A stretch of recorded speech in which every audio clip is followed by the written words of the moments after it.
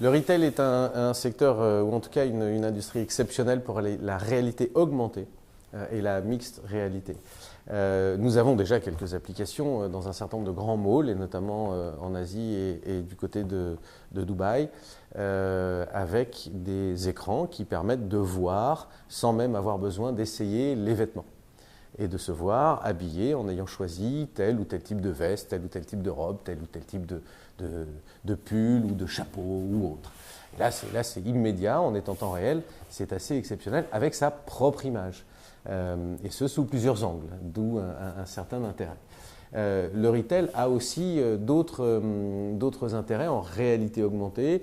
On peut par exemple, avec son simple smartphone, en passant devant un produit, en avoir ses composantes, sa définition, son taux calorifique, ses taux de glucides, ou tout un tas d'autres informations absolument exceptionnelles. Il existe déjà de très bonnes applications qui donnent ces composantes et ces données, mais il faut pour ça ouvrir son application, aller chercher le produit. Là, on a simplement à passer son smartphone devant le produit et nous récupérons toutes ces informations qui sont de plus en plus importantes pour le consommateur aujourd'hui, bien sûr.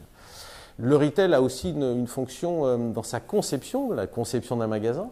Aujourd'hui, on fait du maquettage, on produit des maquettes pour construire un magasin, ou même des devantures. Là, on peut le faire en réalité virtuelle. On passe de la réalité augmentée qui est destinée aux consommateurs vers de la réalité virtuelle qui est plutôt à destination du concepteur, du corner shop, du point de vente, du magasin, de la surface, de la super surface, avec une maquette en réalité virtuelle sur laquelle plusieurs personnes vont pouvoir travailler sans avoir à reconceptualiser la maquette à chaque fois.